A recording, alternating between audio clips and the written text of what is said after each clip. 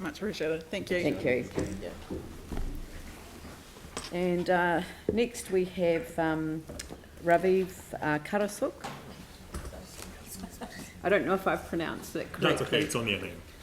No, please. Raviv, Carasuk. Right. So I'm here in supporting of cycling, but before I start, I just want to, I think you went to Wellington last year for the River Award with Arthur Edcock. Yep, so you must welcome. That's the project that I manage with Correction. Just to let you know, Arthur Edcock has resigned from, or retired from City Council last month.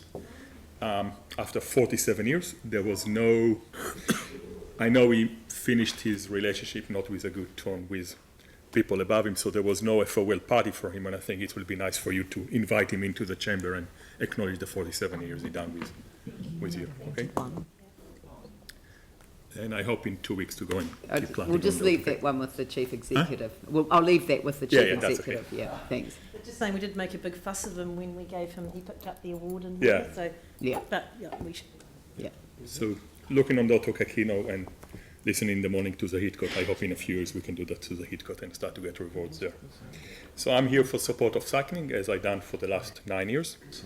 I'll do my submission, I think even shorter than the previous lady. I'm just here to support cycling. I think that's on the long-term plan. We said that if there will be more money from Transit New Zealand, we should use it to enhance our cycling facilities. Please do. I know that I find myself stuck in cycling traffic in the afternoon, waiting for lights, and sometimes need to wait for another light because usage just went through the roof. So please put more money into cycling. Thank you. Okay, Sarah. Thank you for that and for your long-term support and use of bikes. When you mentioned the making use of the NZTA funding, is that your only reason that we should be doing this now? Or if we didn't have, for example, additional NZTA funding, would you still be in favour of us continuing with the program and our plans to bring forward cycleways and things? I think the first submission I gave was about 7 years ago. And that's when the City Council said that we'll have the 14 cycleways done within 2 years ago. I think that was the number. And then it was said, we need more time. And I said in front of the City Council and asked, is it because we need more time or is it because of funding? And I was time and time again in that submission. So no, it's not a question of funding. It's just a question of time. We need more time to make it properly. 3 years later, it came out, no, it's a funding problem. So what we've been promised 7 years ago, when we had what I call the funding document for Christchurch, that's share an idea. This is where most of us says we want cycleways, even in the removing car parks. And ever since when we try to push it, there is a lot of opposition. And it's easy to come and oppose things. You don't need a lot of people coming in support. So that's why I'm coming, supporting it. We should have done it. We should have finished it 3 years ago. Let's bring it forward. We don't want to wait another 10 years for it. Thank you. Yanni? Thank you for your submission, and I presume that you use the cycleways quite often. Just about getting it right, which you've kind of just alluded to. Is there any sort of cycleways that you would say, actually, these ones are working really well, and these ones, actually, we think you should consider about the design? Okay, so I ride a lot. I used to ride even before the cycleways, and now with the cycleways, I'm actually making my commute slightly longer to use them. So I use a lot of the Quarryman from Unhei towards the CBD. I used to work at Papanui and I stopped, but the one in Papanui, I would have preferred to use Papanui Road rather than the Monavale one, because I found Monavale to be too narrow.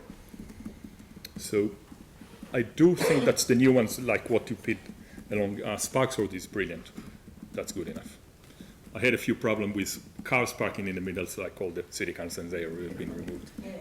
I actually saw a car driving up the wrong way on a cycleway this morning, coming up St Asaph Street. They must have turned in from Madras Street.